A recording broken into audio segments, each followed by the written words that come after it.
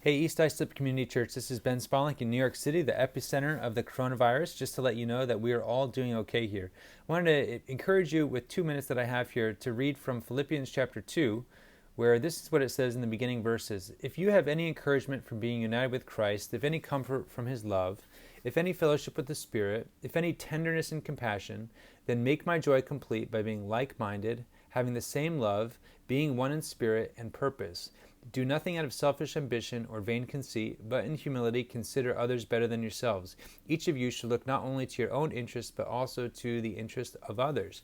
Now, I have to admit that I have days where I'm fine and I'm enjoying life and I'm so fortunate and blessed in many ways, but then I have other days where I get really discouraged because of the lockdown.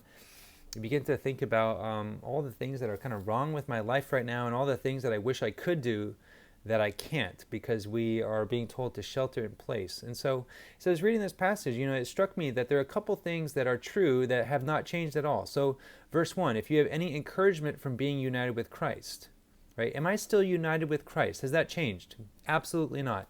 If any comfort from his love, does God still love me even in the midst of the coronavirus? Of course. The coronavirus doesn't change that at all.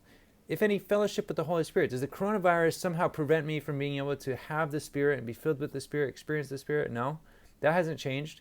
If any tenderness and compassion from God, right? Is God somehow less tender or less compassionate to us in the midst of this? Absolutely not. So Paul says, based on those things, then make my joy complete by being like-minded, having the same love, being one in spirit and purpose. So it's just reflecting and realizing that even despite the things that I could focus on, which I don't have, there is much that is still true, that still remains true, that has not changed at all. God's love for us has not changed. The gift of the Spirit has not changed. God's compassion and his tenderness for us has not changed. And so we currently, right now, have everything we need to be completely satisfied in him. So let's hold on to that during this time.